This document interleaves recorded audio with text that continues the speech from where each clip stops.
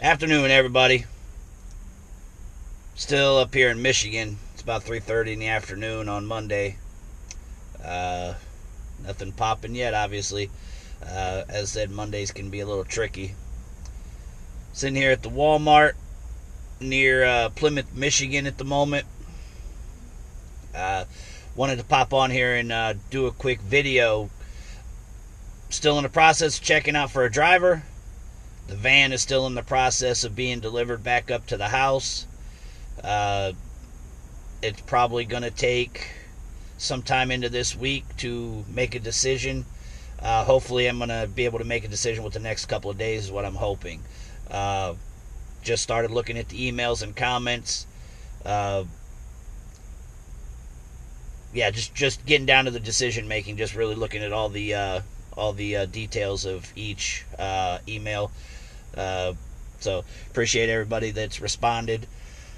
And I just want to touch on that.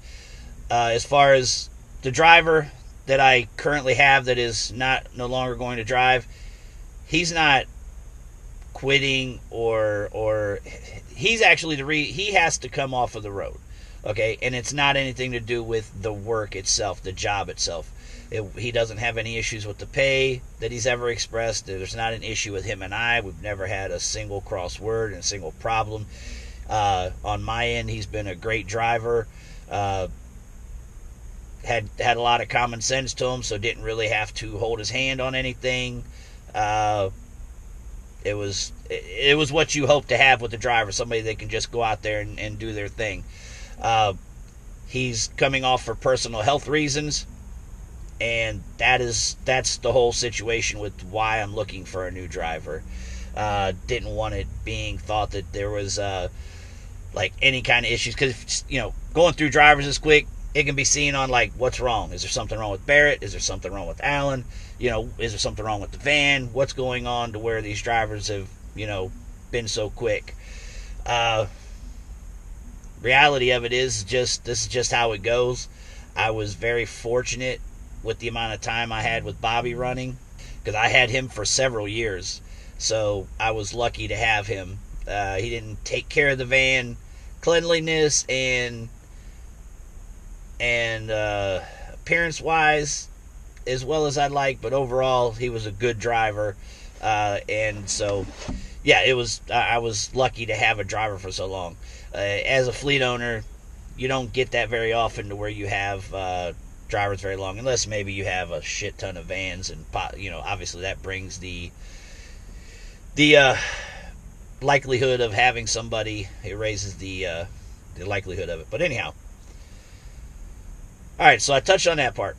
Now something else I wanted to talk on is I seen some comments in the video for a driver wanted, and I'll touch on the first part of that, the normal part of it first.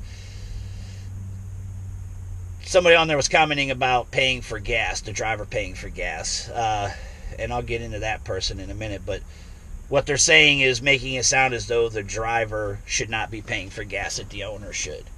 And I'm going to break down some numbers and then give you the reason why most fleet owners have the driver pay for gas.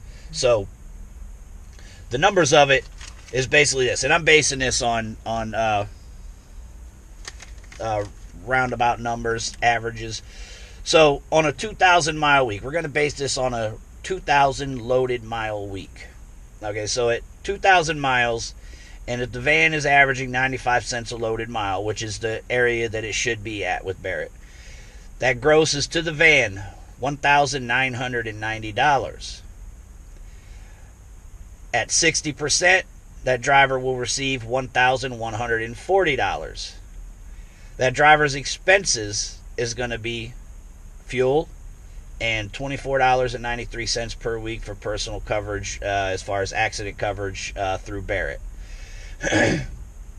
Now, that expense for gas, the 2,000 loaded miles, and the average deadhead percentage is roughly somewhere between 10 and 13 with my vans.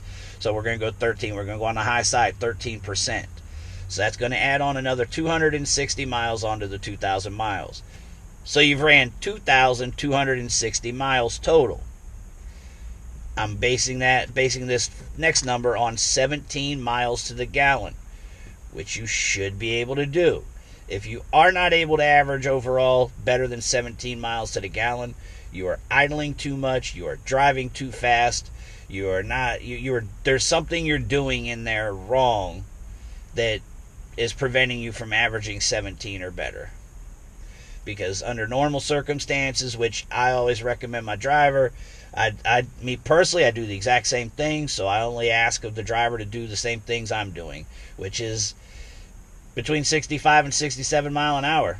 I mean, hell, on that trip up here to Michigan, because I had so much time, I did 63 the whole way. I mean, besides until I hit the shitty weather last night, then I was down to the 40s at times. But yeah, I'm doing 65 to 67 on a normal. I'm not going to get too much into that because that's another subject as far as the speeds go. But anyhow, should average 17 miles to the gallon. So, at 17 miles to the gallon, at an average cost of $2.50, which I haven't looked it up. I didn't look it up on any website to see what the average cost is. Just I'm going based on what I've seen. Because it's been as high as $2.80, and it's been as low as $2.15. So I'm just basing it on an average of $2.50. So at an average of $2.50 per gallon, plus the weekly insurance cost, is going to get you roughly around $360. You take $360 from $1,140. I can't talk this morning. Anyhow, you subtract the 360 from the 1140, you get 780. That 780 is what you as the driver will receive. What does the owner get? My side of it, I'm getting 40%, which comes up to $760. My costs on average each week, not taking in repairs and maintenance, my average cost is roughly, what did I figure that? I'm sorry. Roughly $320. So you take the 320 from the 760 and you're getting 440. That's what I'm getting. I'm getting roughly 400 and some odd dollars per week as a net, and the driver's getting 780, close to $800. So somewhere between $750 and $800. That's the difference. That's the difference. Now, anybody that has an issue with the driver paying gas, obviously don't take the position. Like, it is what it is. I don't have to work with you if you feel that way. I'm not trying to come about it from an asshole perspective. That's why I'm breaking down the numbers, giving you more information to help you understand the numbers wise if you haven't, crunched the numbers. Now, why fleet owners have drivers pay for gas is because if the fleet owner pays for gas, the likelihood of that driver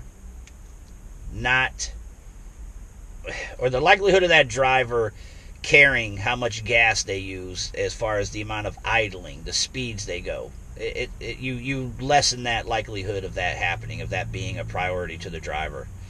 So that's one of the biggest reasons, because to be honest, I mean, all the numbers I've ever done, the 60-40 split with the driver paying gas, the driver's always making out.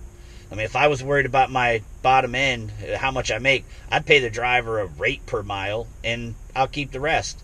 Like, I'd also pay there's some that do a 50-50, take fuel off the top. I mean,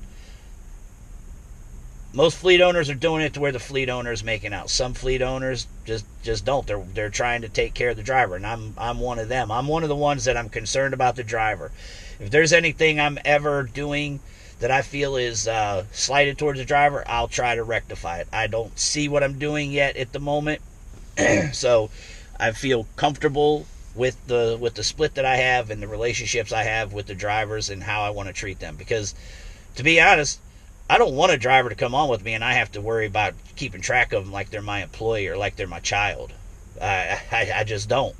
Like, hopefully I get along with my driver and we can be friends and we can talk, and I try my best to do that. But at the same time, I know that we're just meeting. I've got a lot of stuff going on. The driver's got his own life. I don't want to have to be calling this driver 50 million times. I don't want to micromanage the driver.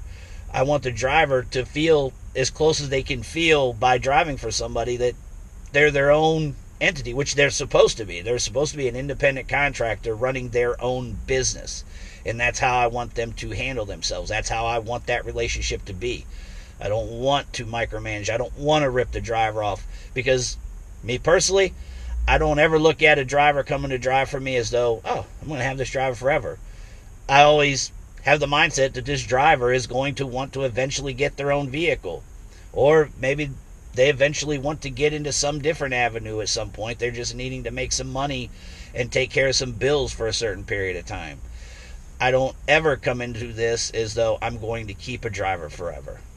I wanted to touch on that because I know there's a lot of drivers out there that have been burned, and some drivers that haven't even been burned, but they just have bad attitudes, and bad information can get out there, from a sour perspective, which transitions me into the last part of this video.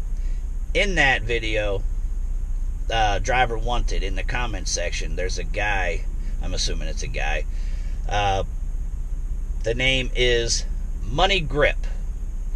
And Money Grip is, I believe, the asshole that I previously mentioned in a previous video. And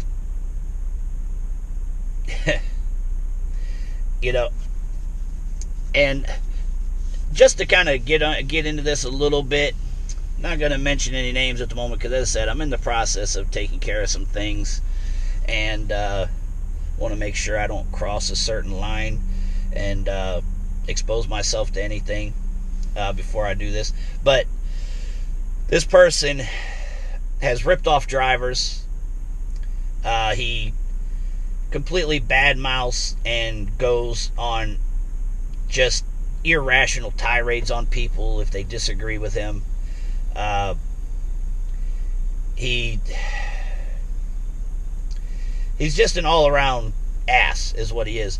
But anyhow, he's in the comments section making comments about math, and he's made a comment to somebody previously about bad arithmetic. If there's any math issues with anything I've said, point them out. I'm willing to double check my work and correct it if I'm wrong. No problem with that. Because if it gets corrected and I was wrong, hey, maybe it'll help me change something I'm doing. I'm not the type of person that I think that I'm right and have to stand by it. I mean, of course, I believe I'm right on the things I'm saying because I'm saying them. But I'm not the type that, if I'm shown that I'm wrong, I'm unwilling to admit my wrong. So that's that. This guy, it's a personal thing. And the bottom line, what it is, in my opinion, is he wants to have the standing I have. Not that I'm somebody special, but people do know me. I am fairly respected, I believe, from everything I've seen. I try to treat everybody well. People generally can get along with me.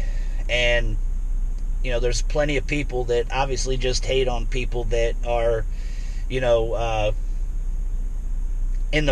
the public eye or anything of that standings.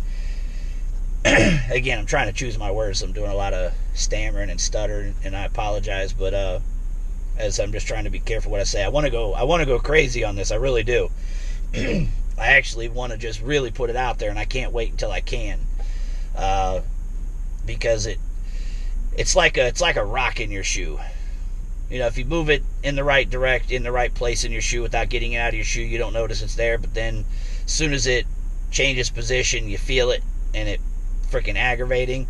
So that's what this is like. Because, again, I try to do everything professionally as I can, as objectively and diplomatic as I can with handling situations. But don't get it twisted. I can definitely I can definitely get in the dirt too. I'm not afraid to. I don't think it's good. It's a good image to, and I don't think that's the way you should be handling your business. So I do my best to prevent that from happening. But yeah, this guy's just basically a hater. I mean, bottom line, he's basically a hater. He operates some very poor ethics, with some very, very poor ethics business wise. But yeah, so if any of you have seen those comments and you have any questions, you think there's any validity to what he's saying, feel free, please comment, email me. I mean, I'm all for it, man. I don't put myself out here for these videos, to just spin it the way I want it spun. I mean, I'm out here to try and give you everything that I can give you about what this job entails. And this is part of it. Because to be honest, that's the one downside to this industry. One of the largest downsides of this industry is there is a lot of snakes. There's a lot of real POSs out here, man. Just a lot of them. You have to really be careful. A lot of people that are ungrateful.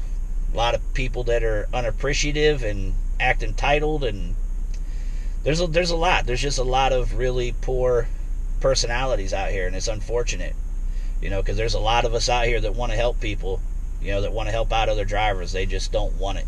They want you to see everything the way they see it. So, all right, with that, I'm ending this video. I'm out.